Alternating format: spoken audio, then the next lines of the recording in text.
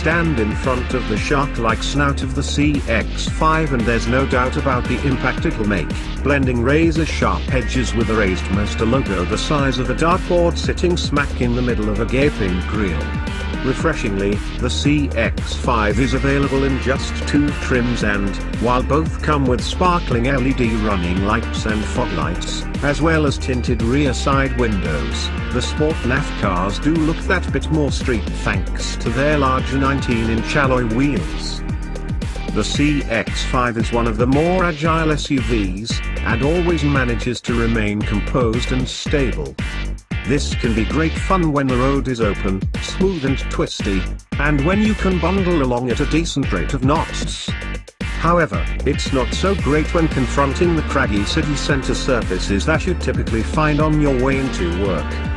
That said, even though it errs on the firm side, the suspension is still adept at dealing with the lumps and bumps that attempt to dislodge your fillings, because each crater is rebuffed with a single thud rather than shaking the whole cabin to its foundations.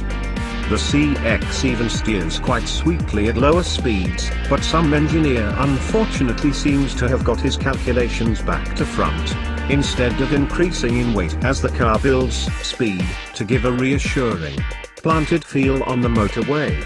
The steering gets lighter and starts to feel quite divorced from the front wheels. After countless fastidious weight-saving programs, aimed at boosting performance and reducing fuel consumption and CO2 emissions, Mazda has finally conceded that this approach does impact on refinement. As a result, the latest CX-5 has 50 kilograms more sound deadening than the old model. Drive the two cars back to back, and you'll certainly notice the difference. But, compared to most other cars in this class, the CX-5 is still only average, and worse in some areas.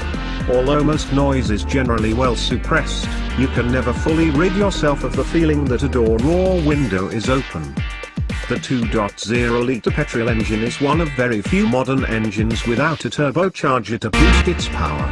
And this is a glaringly obvious omission, because unless you're revving it until it sounds like the pistons are about to explode, it's flatter than a pita bread. With a notable lack of low and mid-range grunt, it's at its most frustrating when encountering an incline or when asked to summon up some additional overtaking zip.